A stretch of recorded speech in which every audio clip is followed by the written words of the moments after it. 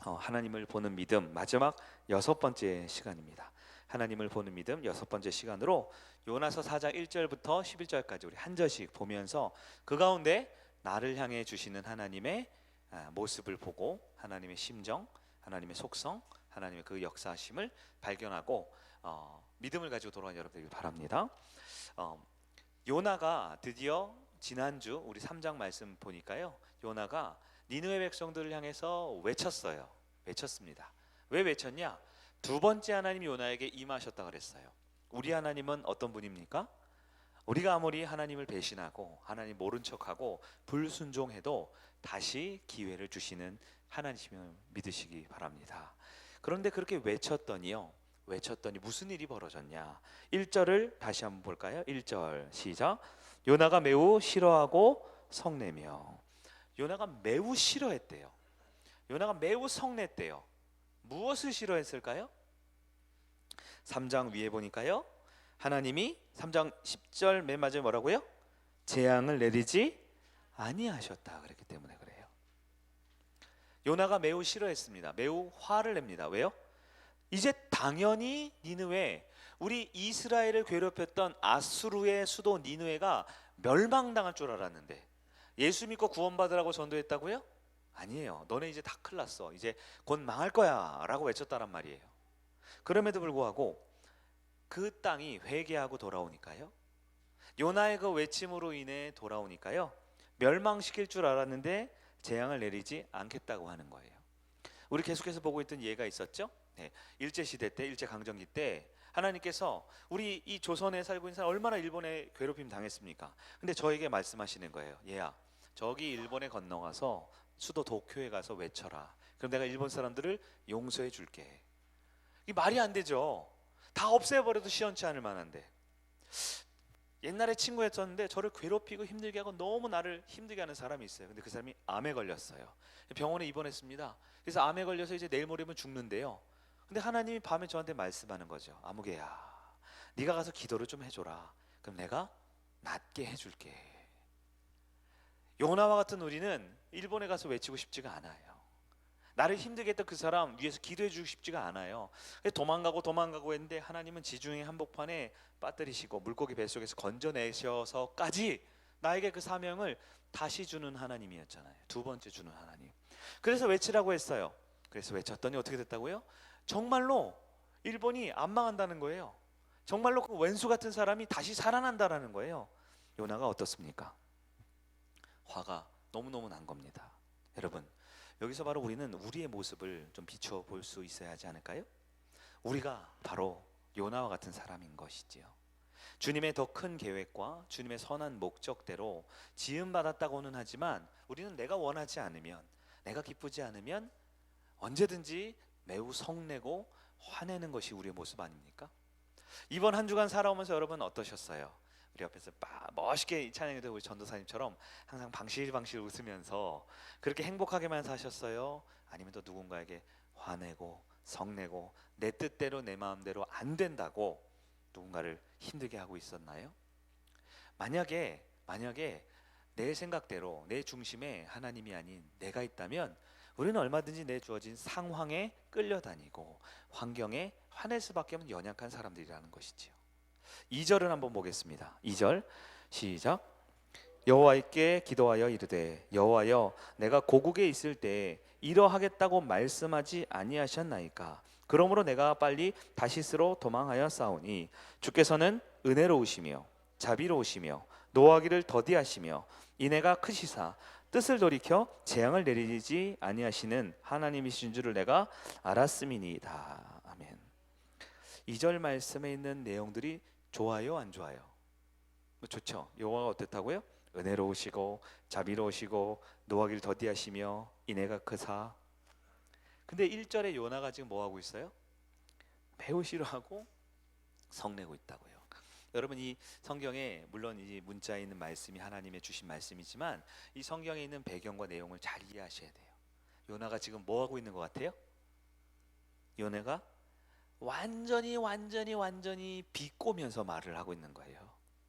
하나님은 뭐 선하고 좋은 분이고 뭐 하나님은 인애로우시고 하나님 뭐 좋은 분이니까 뭐 그렇게 했겠죠. 뭐 이런 말투로 지금 하는 거예요. 제가 원래 좀 더 심하게 할 수 있는데 설교 중이라.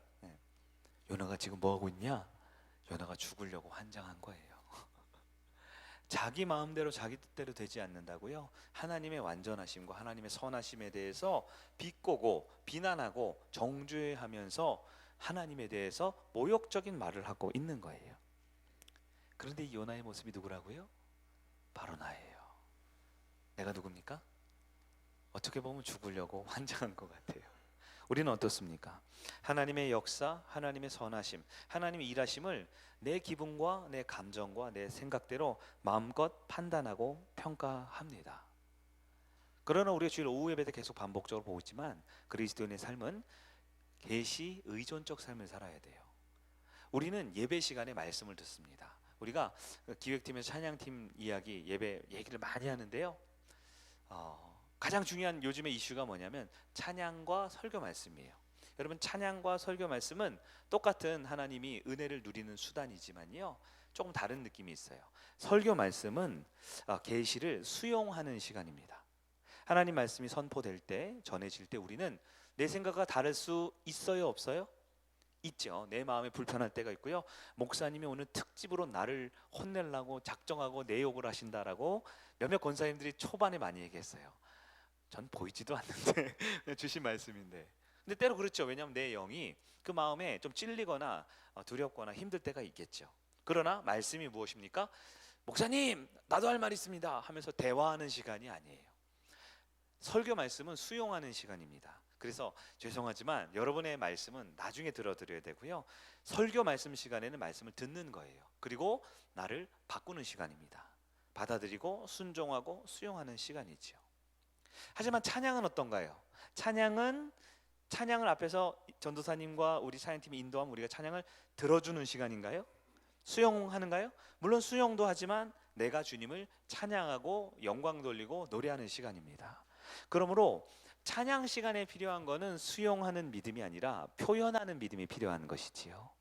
믿음에도 여러 가지가 있습니다. 우리 찬양 시간에는 표현을 하는 거죠. 대표 기도는 어떤가요?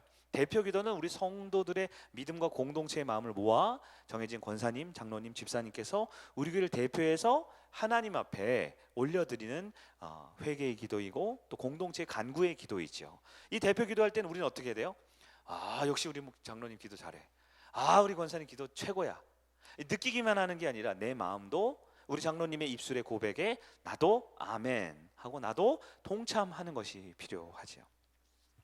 하지만 하나님의 말씀의 영역은 계시를 받아들이는 것입니다. 요나에게 주어진 상황이 요나의 마음에 들지 않는다고 해서 원하면 받아들이고 원하지 않으면 밀어내고, 내가 억지로 했는데 내 뜻대로 안 된다고 마음대로 화내고 성내는 것, 그건 그리스도인의 건강한 모습이 될 수 없는 것이지요. 요나의 이 모습을 통해서 우리는 다시 한번 우리의 모습을 돌아보아야 합니다. 여러분, 혹시 말씀을, 우리 신앙을 내가 원하고 내가 받아들이기 원하는 것만, 좋아하는 것만 수용하고 원치 않은 것은 귀를 닫아버리고 있지 않습니까? 오늘 아마 오후 찬양에 선물 많이 준다고 목자님들이 꽤 애를 쓰신 것 같아요. 근데 제가 보니까 한 목장, 두 목장 빼고는 다 안 모이신 것 같아요, 대부분. 네. 아마 목자님들은 이제 마음이 이제 많이 부담이 되시겠죠. 우리 목원들 좀 왔으면 좋겠는데. 네. 여러분 어떠세요? 목양하는 거 신앙생활은 쉽지 않으시지요? 네. 그러나 우리는 완벽하지 않은 사람이라는 걸 또 한번 깨닫는 시간이 되면 좋겠어요. 그리고 우리에게 주어진 하나님의 말씀 진리만큼은 수용할 수 있는 믿음을 갖는 여러분 되길 바랍니다. 3절 말씀 볼까요? 시작. 여호와여, 원하건대 이제 내 생명을 거두어 가소서. 사는 것보다 죽는 것이 내게 나음이니이다 하니. 요나가 뭐라는 거예요? 이런 거 있죠. 우리 조선시 사극 보면 자기 마음대로 왕이 안 해주면 뭐라 그래요? 전하, 뭐라 그래요? 죽여주시옵소서. 이건 죽여달라는 얘기가 아니죠. 내 말대로 좀 해달라는 얘기잖아요. 요나가 딱 그렇습니다. 죽여달라고 하죠. 네. 뭐보다 죽는 게 낫다고요? 내 원수 니느웨가 용서받는 것보다 차라리 내가 죽는 게 낫다. 우리의 조선식 표현을 하면 이건 내 눈에 흙이 들어가기 전에는 안 된다, 이런 거예요. 차라리 내가 죽는 게 낫지. 이게 말도 안 된다라는 이야기지요. 근데 여러분, 요나가 누굽니까? 지중해 한복판에서 그 풍랑 가운데 물속에 빠져서 살아나온 사람이에요. 3일을 물고기 뱃속에서 안전하게 주님의 보호 인도하심으로 니누의 앞바다에 새 생명으로 제 인생을 살기 시작한 사람이에요. 하나님의 영감이 임했고요, 주의 말씀이 두 번째 기회를 주었던 사람이에요. 우린 이런 사람을 믿음의 사람, 은혜의 사람, 변화된 사람, 구원받은 사람이라고 하지요. 그러나 어떻습니까? 어쩌면 또 오늘날 우리의 모습과도 비슷해요. 우리가 은혜를 받았고요, 구원을 받았고요, 하나님께 용서를 받았지만 또 우리는 내 뜻대로 내 마음대로 안 하면 차라리 그냥 날 죽이세요 하는 그런 철없는 아이처럼 하나님을 향해서 원망의 쓴소리를 내뱉고 있지 않습니까? 여러분 어때요? 우리가 지난주 이번주 계속 이 균형 감각 또 중심에 대한 말씀을 오전에 듣고 있는데요, 어쩌면 내 마음의 중심에 하나님을 두지 못하면 요나와 같은 계시 충만한 하나님이 직접 말씀드린 A급 선지자라 그랬죠? 성경에 하나님 말씀 직접 들은 사람이 손에 꼽잖아요. 그런 선지자 중에도 그 마음의 중심에 하나님을 놓치면 내 생각, 내 계획, 내 어떠함이 들어가면 이 균형을 또 놓쳐버리게 되는 것이지요. 4절에 우리 주님이 뭐라고 하실까요? 읽어봅니다. 시작. 여호와께서 이르시되 내가 성내는 것이 옳으냐 하시니라. 하나님 물어봅니다. 하나님은 뭐 이런 게 다 있어, 네가 감히 어디 나한테 이렇게 대드냐 하지 않으시고요, 요나에게 설득하는 하나님이세요. 네가 과연 그렇게 성내는 것이 옳은 거 맞아? 너 정말 이렇게 화낼 필요가 있어? 여러분 요나가 뭐라고 대답합니까? 요나가 뭐라고 합니까? 아무 말이 없죠. 4절에 요나는 아는 거죠, 하나님의 심정을, 하나님의 속성을. 근데 이 요나의 모습을 보면 다 우리 같아요. 우리가 몰라서 그러는 게 아닌데, 몰라서 이 세상을 사랑하고 몰라서 말씀과 기도를 가까이 하지 못하는 건 아니지요. 그러나 우리가 어떻습니까? 연약한 거예요.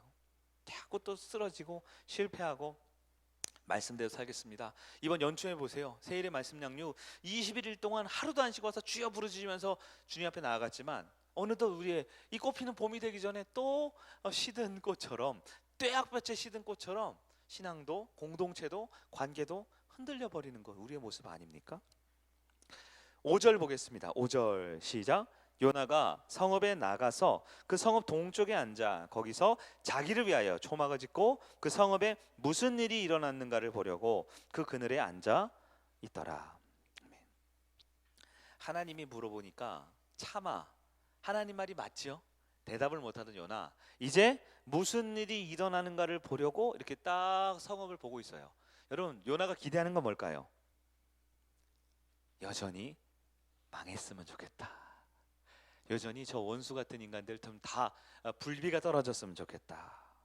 그런데 여러분 광야, 성읍 바깥 광야는요, 한낮에는 불볕더위가 내려옵니다. 한밤에는요, 이 사막 기후는요, 광야 기후는요, 한낮에는 30-40도 이상 올라가고요, 한밤에는요 갑자기 영상 5도 10도권으로 영하권에 가깝게 확 떨어져요. 이 큰 일교차 때문에요 굉장히 힘든 곳이죠. 한낮은 열탕이 됐다가 한밤에는 냉탕이 됐다가, 이게 너무 왔다 갔다 하는 일교차가 심한 거죠. 거기서 한낮에는 불볕더위와 한밤에는 냉랭한 추위가 요나에게 막 밀려오기 시작합니다. 6절 한번 말씀 볼까요? 6절 시작. 하나님 여호와께서 박넝쿨을 예비하사 요나를 가리게 하셨으니 이는 그의 머리를 위하여 그늘이 지게 하며 그의 괴로움을 면하게 하려 하심이었더라. 요나가 박넝쿨로 말미암아 크게 기뻐하였더니. 참 인간이 이렇죠. 불과 6절 만에 크게 성내고 노했던데 그 햇볕에 땡볕에 좀 있으니까 하나님이 우리 오늘 여기 로비 앞에 우리가 이번에 어제 청소하면서 파라솔을 새로 추가해놨죠. 네. 땡볕에 파라솔 하나 설치해 주니까 어떻게 해요? 너무 기쁜 거예요. 너무 기쁜 거예요. 참 거시기해요 사람이. 인간이 그렇습니다. 이렇게 아주 작은 축복에도 작은 응답에도 너무너무 기뻐하면서 좋아하지요. 그런데요, 작은 축복과 기쁨에 좋아하는 것이 문제가 아니라 늘 작은 축복만 바라고 사는 것이 더 문제이지요. 신앙생활을 시작하는 초신자나 아직 하나님 알지 못한 불신자나 또 왔다 갔다 하는 분들의 모습 가운데 많이 나타나는 거예요. 내가 힘이 들고 어려우면 어떻게 해요? 지푸라기라도 잡는 심정으로 주님 앞에 나와서 신앙생활을 시작하다가 작은 복이 주어지면, 작은 기쁨이 주어지면, 먹고 살만하면 금세 하나님을 또 잊어버린 채 또 다른 내가 원하는 거, 내가 갖고 싶은 거, 내가 바라는 것들을 향해서 살아가는 모습이 우리 안에 있지 않습니까? 박넝쿨을 예비해 놓으신 하나님이세요. 요나서의 가장 중요한 주제 중에 하나가 예비하심이죠. 하나님께서 다시스로 가는 배를 예비해 놓으셨다 그랬어요. 하나님께서 큰 풍랑을 예비해 놓으셨다 그랬고요, 큰 물고기를 예비해 놓으셨다 그랬어요. 그런 하나님께서 이 땡볕의 무더위에 있는 요나를 위해 6절이었나요? 6절 뒤에 보면 하나님 여호와께서 박넝쿨을 예비하사, 우리 하나님께서 주시는 그 작은 축복 앞에 요나가 얼마나 그 상황에 왔다 갔다 하는지를 볼 수 있지요. 우리 7절 볼까요? 7절 중요합니다. 시작. 하나님이 벌레를 예비하사 이튿날 새벽에 그 박넝쿨을 갈아먹게 하심에 시드니라. 근데요, 저처럼 이 도시에서, 서울특별시에서 태어난 사람은 잘 모르지만 우리 시골에 가 보면 이 박넝쿨이 있는데요, 박넝쿨을 갉아먹는 벌레가 있어요? 하여튼 있나 봐요. 예, 그 벌레가 얼마나 잘 먹는지 모르겠는데 하여튼 박넝쿨이 이렇게 큰 파라솔 같은 건데요, 밤 사이에 그 파라솔 같은 박넝쿨을 다 갉아먹었대요, 벌레가. 근데 여기서 중요한 사실, 이 벌레는 왜 나타난 걸까요? 왜 나타났습니까? 궁금하면 7절을 보면 돼요. 다시 한번 왜 나타나는지 한번 보면서 찾아볼게요. 시작. 하나님이 벌레를 예비하사. 누가 예비했다고요? 6절 다시 한번 볼까요? 시작. 하나님 여호와께서 박넝쿨을 예비하사. 여러분, 우리에게 이 땡볕에 더위가 있을 때 우리에게 고난을 면하게, 환난을 면하게 하는 것, 이 박넝쿨을 누가 예비하신다고요? 우리가 기도하고 하나님께 원하면 하나님 들어주심을 믿으시기 바랍니다. 그런데 그 박넝쿨, 나를 한 낮에는 시원하게 하고 한 밤에는 이렇게 덮고 자면 따뜻하게 해줄 수 있는 그런 담요와 같은 박넝쿨을 갉아먹을 벌레를 누가 보내셨어요? 하나님이 보내셨어요. 여기서 벌레는 우리에게 주어진 고난과 고통을 의미하겠죠? 여러분, 환난의 주체는 누굽니까? 네, 이게 참 우리가 인정하기 어려운 신앙이에요. 많은 기독교인들이 환난의 주체는 마귀라고 생각해요. 환난의 주체는 세상이라고 생각해요. 그러나 여러분, 하나님의 영적 질서 가운데 하나님이 허락하지 않는 한 사단 마귀는 주의 백성을 손끝 하나, 털끝 하나 건드릴 수 없음을 믿으시길 바래요. 우리에게 환난을 줄 수 있는 분은 하나님입니다. 왜요?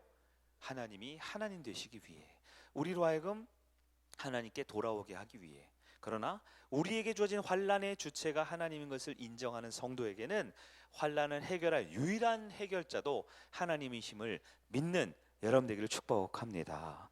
8절에 볼까요? 시작. 해가 뜰 때 하나님이 뜨거운 동풍을 예비하셨고 해는 요나의 머리에 쪼임에 요나가 혼미하여 스스로 죽기를 구하여 이르되 사는 것보다 죽는 것이 내게 나으니이다 하니라. 아멘. 이번에는 뜨거운 동풍, 이게 어디냐면요, 제가 이 니느웨가 어딘지 말씀드렸죠? 지금으로는 모술, 그러니까 이라크하고 터키 그 중간 지역이에요. 동풍이 분다라는 건 동쪽의 아프가니스탄 그쪽에 있는 뜨거운 사막에 바람이 불어왔다라는 거예요. 나를 가려주는 이 파라솔도 없는데, 박넝쿨도 없는데, 게다가 뜨거운 동풍까지 부니까요, 요나가 어떻게 했다고요? 어떻게 했다고요? 죽기를 구하매, 스스로 죽기를 구하매 사는 것보다 죽는 것이 나으니라. 요나는 목숨이 여러 개인가요? 이미 몇 번 죽었다 살아났는데, 또 아까 전에 3절에 여호와여 원하건대 이제 내 생명을 거두어가소서 사는 것보다 죽는 것이 내게 나음이니라. 니느웨 백성 살려준다고 또 죽겠다고 했던 요나, 이제는 고작 그 큰 나라, 큰 백성에 대한 게 아니고요, 그저 요나 한 번 시원하냐, 덥냐, 괴롭냐, 힘들냐, 이 문제 하나 가지고도 바로 전날 밤에 이 박넝쿨이 주어지니까 그렇게 좋아했던 요나, 그 밤사이에 벌레가 갉아먹고 동풍 한번 보니까, 즉 고난이 오니까 어떻게 해요? 또 죽여달라 그러는 거예요. 우리 사람들이 참 그러하죠. 작은 축복에 그렇게 쉽게 좋아하고 작은 고난에는 그렇게 일희일비하며 하나님을 중심에 두지 못하고 내 상황과 내 환경과 오늘 오전 말씀에 따르면 내 시간에 끌려가면서 좋아했다가 싫어했다가 기뻐했다가 슬퍼했다가 하는 우리의 모습은 아닌가 싶어요. 9절 말씀 보겠습니다. 9절 시작. 하나님이 요나에게 이르시되 내가 이 박농쿨로 말미암아 성내는 것이 어찌 옳으냐 하시니 그가 대답하되 내가 성내어 죽기까지 할지라도 옳으니이다 하니라. 박농쿨이 주어졌다가 벌레 그리고 뜨거운 바람 한번 부니까 이걸 가지고 네가 이렇게 나를 원망하고 성내는 것이 옳으니? 그러니까 요나가 뭐라 그래요? 내가 차라리 죽는 게 낫지요. 내가 죽기까지 나는 성나는 게 옳습니다 라고 하나님 앞에서 요나가 요나하고 있습니다. 요나가 요나하고 있어요. 여러분 어떻습니까? 우리의 모습은 요나의 모습입니까? 아닙니까? 우리는 하나님의 구원받은 자녀요, 하나님의 공동체 안에 부름 받았지만 내 주변에 있는 수많은 상황과 환경들 앞에 하나님도 때로는 내 마음대로 밀어냈다가 그 앞에 나갔다가 하면서 하나님의 이름을 함부로 말하고 하나님 앞에 화내고 성내는 것을 합당하다고, 내가 먹고 살기 힘들잖아요, 내가 이렇게 힘들고 시험 들었잖아요 하면서 자신의 모습 앞에 하나님을 마음대로 판단하지 않습니까? 여러분, 요나서를 우리가 1, 2, 3, 4장 작년 12월부터 보고 있는데요, 인간이 얼마나 완악한 존재인지, 그리고 이 요나의 이야기가 아무개 집사님, 아무개 성도 이야기가 아닌 바로 나의 이야기임을 오늘 말씀 앞에 직면할 수 있는 여러분에게 바라요. 인간은 완악합니다. 그러나 하나님은 끝까지 사랑하는 하나님이시죠. 인간은 내가 원하는 거 얻으면 너무 좋아하고 내가 원하는 거 얻지 못하면 금방 화내는 완악한 인간이에요. 그러나 우리 하나님은 끝까지 기다리시고 다시 두 번째 기회를 주시고, 그렇게 성내는 요나에게 다시 와서 말 걸어주시고 설명해 주시고, 때로는 요나를 위해 박농쿨을 준비하셨다가 요나 안에 있는 죄성과 완악함과 교만함을 깨닫게 하시기 위해 벌레라는 고난을 주시기도 하고 동풍이라는 환난을 주심으로 다시 하나님 앞에 서서 하나님, 나 너무 힘들고 어렵거든요, 이거 도대체 나한테 왜 이러는 거예요? 라고 하면서까지도 기도하게 하시는 하나님을 우리는 꼭 만나야 한다라는 것입니다. 10절 말씀 보겠습니다. 시작. 여호와께서 이르시되 내가 수고도 아니하였고 재배도 아니하였고 하룻밤에 났다가 하룻밤에 말라버린 이 박농쿨을 아꼈거든. 이제 하나님이 요나에게 이 이야기의 전말을 알려주시죠. 오늘 우리가 이 말씀을 듣는 것처럼 요나에게 임한 하나님은, 얘야, 박농쿨 내가 준 거야, 그리고 벌레와 동풍도 내가 준 거야, 너는 내가 계획하고 내가 만들고 내가 섭리로 인도하는 이 세상 가운데 어떤 모습으로 살고 있니? 라고 직면하게 만드셨어요. 오늘 이 시간 우리가 하나님 앞에 직면해야 합니다. 나는 과연 하나님 앞에 어떤 중심으로 살고 있습니까? 마지막 11절을 읽겠습니다. 시작. 하물며 이 큰 성읍 니느웨에는 좌우를 분별하지 못하는 자가 12만여 명이요 가축도 많이 있나니 내가 어찌 아끼지 아니하겠느냐 하시니라. 아멘. 하나님은 니느웨를 사랑하셨을까요? 네, 하나님은 만드신 모든 세상을 아끼고 사랑하는 주님이십니다. 내가 부족하고 내가 연약해서 내가 좋아하는 사람, 싫어하는 사람이 있지요. 내가 원하는 것과 원치 않는 것이 있지요. 그러나 사랑하는 여러분, 우리 인생에 이 밸런스를 잘 맞춰야 된다는 말씀 들으셨죠? 오늘은 이 시간의 관리를 잘하기 위해서 중심을 잡아야 된다는 말씀을 들으셨죠? 여러분, 하나님을 몰랐던 요나는 내 입장에서 나쁜 니느웨 멸망당해야 한다라고 생각했어요. 박농쿨은 감사하지만 벌레와 동풍 같은 고난이 오면 내가 죽는 게 낫다 할 정도로 또 하나님께 성내도 된다라고 생각했어요. 여러분, 이것이 무엇이에요? 이것이 바로 하나님을 알지 못하는 바로 우리의 생각과 우리의 가치관입니다. 이건 옳아, 이건 글러, 이것은 맞아, 이것은 비이성적이야. 이 모든 옳고 그름의 판단의 기준의 중심에 내 생각과 내 자아가 있지 않습니까? 내가 원하고 내가 이루는 것이 있지 않습니까? 그러나 그러한 것은 우리 기독교인들이 가질 마음이 아니지요. 네. 우리가 늘 보는 이사야 55장 8절이 무엇입니까? 하나님께서 이사야에게 말씀하시죠. 내 생각은 너희와 다르다. 하늘이 땅에서 높음과 같이 내 생각은, 내 길은 너희와 다르다라고 말씀하고 있습니다. 우리가 아무리 지혜롭고 우리가 아무리 애쓰고 우리가 아무리 계획해도 이 모든 걸음을 인도하시는 분은 오직 하나님밖에 없음을 믿으시기를 바랍니다.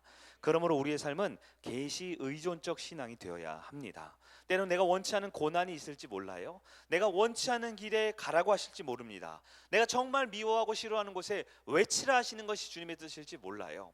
여전히 우린 연약하기 때문에 주님은 우리 앞에 완벽하라고, 완벽하게 전도하고 완벽하게 착하고 완벽하게 선하라고 말씀하지 않으셨어요. 우리 주님은 다시 나에게 돌아오라고 말합니다. 요나에게 박넝쿨도 주고 벌레도 주고 동풍도 주고 말씀도 하시면서 다시 요나와 교제하면서 나를 만나고 나를 알고 내 앞에 나오라고 주님이 말씀하고 있습니다. 우리가 이제 코로나가 많이 지나갔죠. 네. 뉴스에 보니까요, 내일 18일 기준으로 이 사회적 거리두기가 전면 이제 폐지된다고 합니다. 이제 마스크만 쓰면요 어느 곳에는 다 가실 수가 있는 것 같아요. 우리 성일교회는 2년 반 정도 지나죠. 코로나가 한 2년 3, 4개월. 여러분 얼마나 힘드셨어요? 얼마나 고난 당하셨습니까? 그런데요, 우리 성일교회 감사한 건요, 사실 우리 주변에는 대부분의 교회, 정말 많은 교회가 안타깝지만 코로나 환자들도 있고 또 때로는 교회 안에 감염도 있었고요. 그러면서 여러 가지 어려운 일들이 많이 있었죠. 근데 지금은 어때요? 우리 한 2년 전만 해도 코로나 걸리면 이단인 줄 알았잖아요. 코로나 걸리면 직장에서 심한 썼었대요. 코로나 걸리면 마치 도둑놈 날강도 취급당했던 적이 있잖아요. 네, 사형시켜야 된다고. 그러면서 뭐 슈퍼 전파자 그래서 물론 신천지 이단과 연연이 있었지만 코로나 이렇게 막 전파했던 사람, 그 사람을 마치 사회적으로 매장시킬 것처럼 말했죠. 지금은요 아프면 쉬어 일주일에 봐 이렇게 인상하는 게 됐죠. 언젠가 뉴스를 보니까요, 주변에 코로나 확진된 사람이 없으면 당신은 이 세상에 친구가 없는 거다. 사회적으로 매장당한 상태이지 않고는 분명 누군가 있다 이런 얘기를 하더라고요. 제가 이렇게 말할 수 있는 이유는 사실 벌써 이제 2주가 지났는데요. 우리 성일교회는 하나님이 사실 특별히 사랑하시잖아요. 그래서 교회 안에 감염된 사례가 전혀 없어요.